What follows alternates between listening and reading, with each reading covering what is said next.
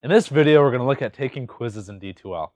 To access the quizzes for our course, click the quizzes link on the nav bar. Once here, on the left, we can see the list of all the quizzes available to us as well as the dates. And on the right-hand side, we can see how many attempts we have to take the quiz, along with how many attempts we've taken so far. So let's look into a quiz to see how they work.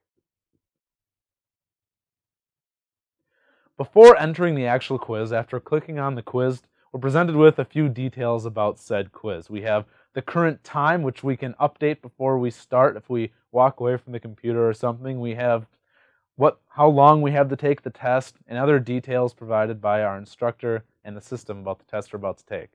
After we've read that and we're sure of what we're doing, we can go down and click Start Quiz. Now we have one more warning, which we can read through and then click OK when we're ready.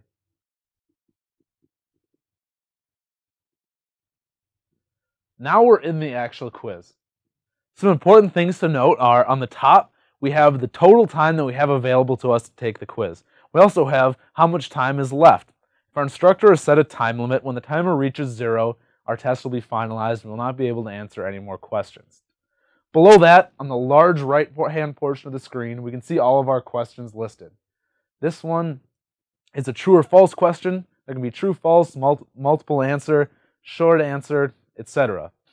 Now, as we answer them, we can click Save right below it. It's a good idea to save your questions as you're going in case something happens to your internet connection or your browser or your computer or something else that means you have to exit the quiz and come back.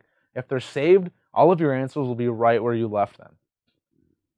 Connected to saving, on the left-hand side of the screen, we can see a list of all of the questions in the quiz. We don't have that many questions, there aren't too many listed, but they will list as many questions as the quiz has. And right next to each question is a save icon, which will fill in once we've saved the question. This allows you to quickly and easily tell which questions you've answered and saved and which ones you haven't.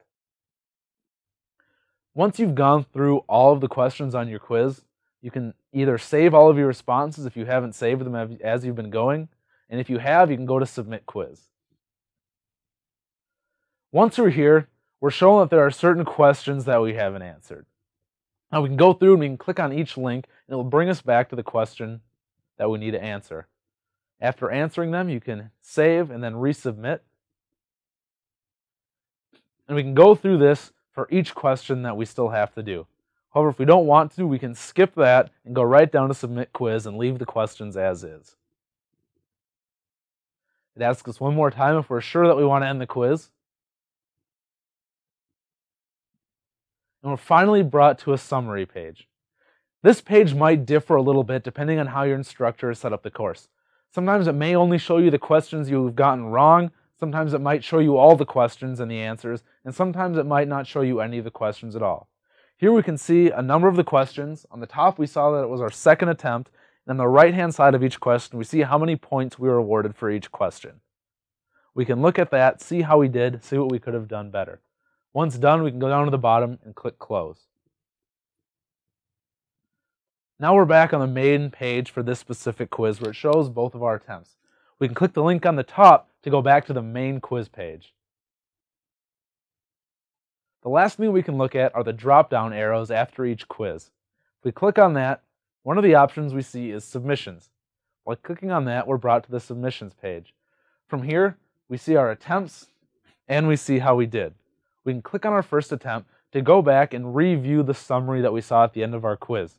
If there's something you can't remember or you weren't sure about, you can go back and see all of the summaries of all the quizzes that you've taken for your own analysis. Once we've seen that, we can click Close once again, and we're brought back to the main page.